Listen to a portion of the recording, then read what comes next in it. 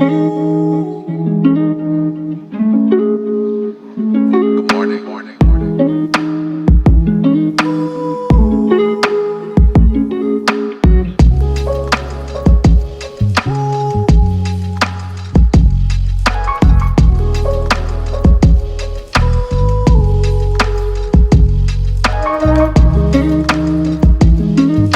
Morning. আজ হলো 31 মে 2026। অনেকদিন কোনো ব্লগ আসেনি, তাই ভাবলাম হঠাৎ করে মনে হলো একটা ব্লগ বানাই। আজকে আমি আছি হাওড়া স্টেশনের সামনে, আর আজকে কোথাও ঘুরতে যাচ্ছি না, যাচ্ছি অবশ্যই একটা ট্র্যাভেল আছে, সেই জন্যই ব্লগটা বানাচ্ছি। তবে আজকে আমি যাচ্ছি একটা কাজে, অফিসেরই কাজে যাচ্ছি, আর খুবই শর্ট ডিস্টেন্স যাচ্ছি। আমি যাচ্ছি বর্ধমান এখান থেকে। তো বর্ধমানে আমার এক বন্ধু থাকে, তো তার সঙ্গে কিছু দরকার আছে।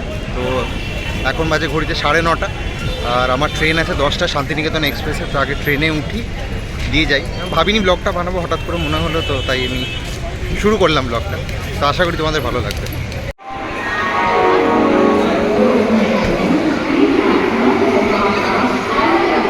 চলে এসেছি স্টেশনের ভেতরে। এবার আমার ট্রেন একদম সামনেই রয়েছে, 12 নম্বর প্ল্যাটফর্মের সামনে।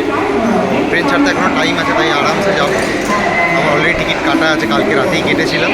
তো গিয়ে বসবো, আর 1 ঘন্টা 1.5 ঘন্টায় বর্ধমান পৌঁছে যাবো।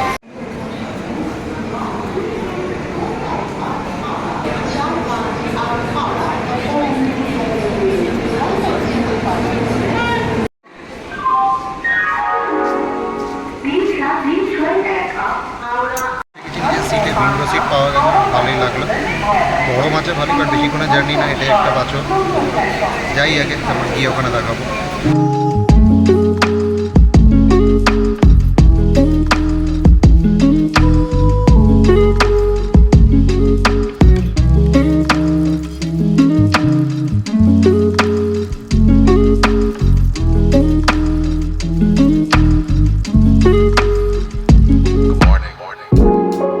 বর্ধমান এখন অলমোস্ট 1 ঘন্টা 15 মিনিটে আমরা পৌঁছে গেলাম। যদিও শিডিউল টাইম আরও 10 মিনিট আগে ছিল, 10 মিনিট লেট হয়েছে ট্রেন, ঠিক আছে, বাট স্মুথ জার্নি ছিল, কোনো অসুবিধা হয়নি। তো এখন আমি আছি 2 নম্বর প্ল্যাটফর্মে। 1 নম্বর প্ল্যাটফর্ম দিয়ে বেরিয়ে দেখা করতে হবে, দেখতে হবে দীপাঞ্জন এসেছে কিনা। ওকে আমি 10 মিনিট আগেই জানিয়ে দিয়েছিলাম, দেখি এসেছে কিনা আর কি। চলে এসেছি স্টেশনের বাইরে, এখনও দীপাঞ্জন আসেনি। তো আসুক বললো অন দ্য ওয়ে আছে, এখনও 5-10 মিনিট লাগবে। তো ওখানেই ওয়েট করছি আসুক, তারপরে এলে ওর বাড়ি যাওয়া হবে। তো এই হলো দীপাঞ্জন, যে আমাকে নিতে এসেছিল স্টেশনে। বলছে আমি আর বাড়ি যাবো না, আমি যাবোই না।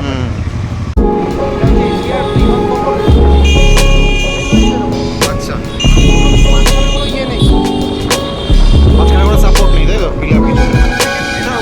এটার উপর দিয়ে তো বাস যায়।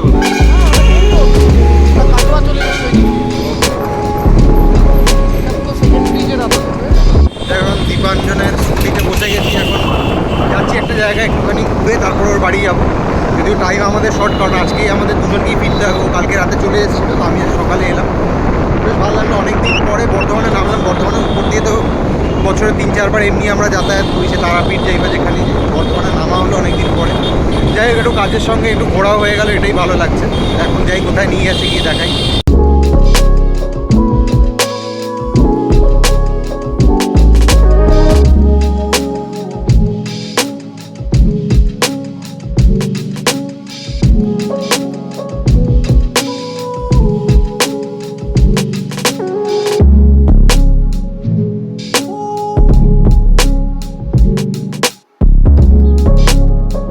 যাচ্ছি বর্ধমান ইউনিভার্সিটির দিকে যাচ্ছি। ইউনিভার্সিটি গেটটা আমার পেছনেই রয়েছে, ওখানে ইউনিভার্সিটি গেটটা, ইউনিভার্সিটিটা দেখে তারপর চলে যাচ্ছি।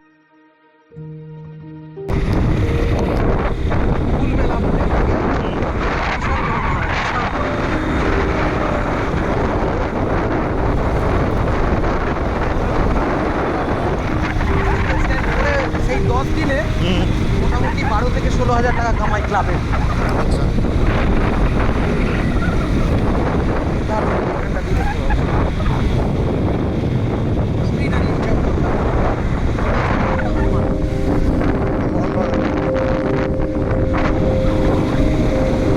এই পুরো এরিয়াটা খুব ভালো, পুরোটাই গাছে ঢাকা, তো সেই হিসেবে খুব সুন্দর।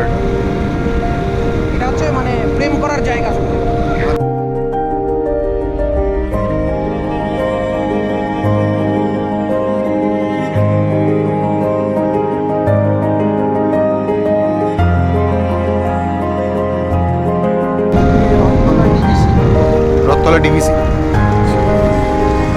দামোদর নদীর পাড়টা নাকি? হ্যাঁ, চাষবাস হয় তাদের জমি জল সরবরাহ করে পুরোটাই ডিবিসির আচ্ছা। গেট আছে।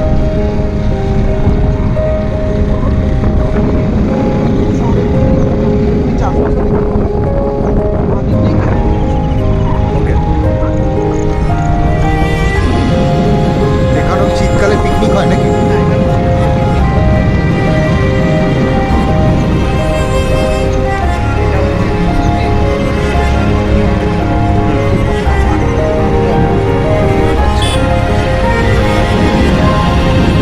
সুন্দর।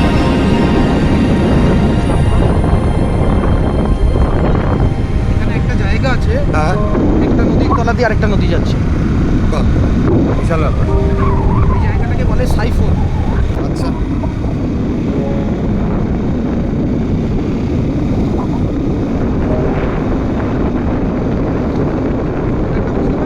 হ্যাঁ, যেখানেই ছাওয়া আছে ওখানেই একটু হালকা ঠান্ডা থাকে।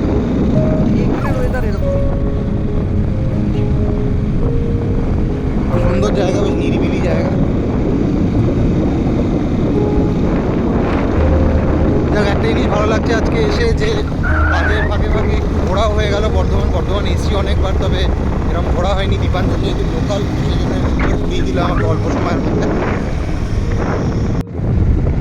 এই নদী যেটা যাচ্ছে হুম। এটা আবার তলা দিয়ে যাচ্ছে। আচ্ছা, বাহ, এই যে এখানটা থেকে দেখতে পাবো ওকে। এটা তলা দিয়ে যাচ্ছে। তলা দিয়েটা কেন? ওই যে। হ্যাঁ, দেখতে পেয়েছি। এটা যাচ্ছে আর এটা নিচে দিয়ে ওটা পাস করছে। বাহ,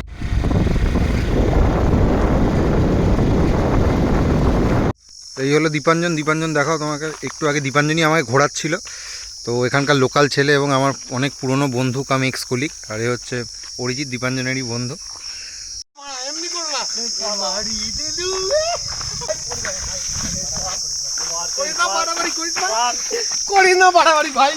তো এই হলো দীপাঞ্জনের বাড়ি, যেখানে আমরা এখন যাচ্ছি কাজ সারতে।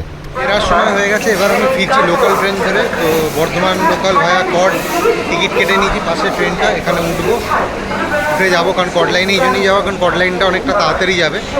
প্রায় 2 ঘন্টা 5 মিনিটে পৌঁছে দেবে। মেন লাইনে আরও 15-20 মিনিট এক্সট্রা লাগে। দেখে গেলে বসার জায়গা পেলে খুব ভালো হয়। তো ব্লগটা খুব অ্যাব্রাপ্ট এন্ড হলো, কারণ ট্রেনে ওঠার পরে আমি আর কিছু শ্যুট করিনি। অলরেডি সারাদিনে খুব টায়ার্ড ছিলাম। আর সেদিন ছিল আইপিএল ফাইনাল, তো সারা ট্রেন জার্নিটাই আইপিএল ফাইনাল দেখতে দেখতেই কেটে গেল। ট্রেন মনে হয়েছিল 2 ঘন্টা 5 মিনিটে পৌঁছে দেবে, বাট পৌঁছে দিয়েছিল প্রায় 3.5 ঘন্টা। মানে ট্রেন প্রায় 40 মিনিট লেট ছিল, তো ওই জন্য অবস্থা খুব খারাপ হয়ে গেছিলো। তো আশা করছি ভিডিওটা খুব একটা ভালো না হলেও আশা করছি তোমাদের ভালো লাগবে, কারণ অনেকদিন পরে ব্লগটা করলাম। আর আমি কোনো প্ল্যান করেও যাইনি যে আমি ব্লগ বানাবো। হঠাৎ করে মনে হলো যে না, অনেকদিন কোনো জার্নি হয় না, তো হঠাৎ করে একটা জার্নি যখন হচ্ছে, এই ব্লগটা বানিয়ে নিই। তো যদি ব্লগটা একটুকুও ভালো লেগে থাকে তো please like, share and subscribe to my channel and comment your thoughts. আশা করছি এরপর আরও কিছু ভালো ব্লগ আমি তুলে ধরতে পারবো এই চ্যানেলে। Thank you.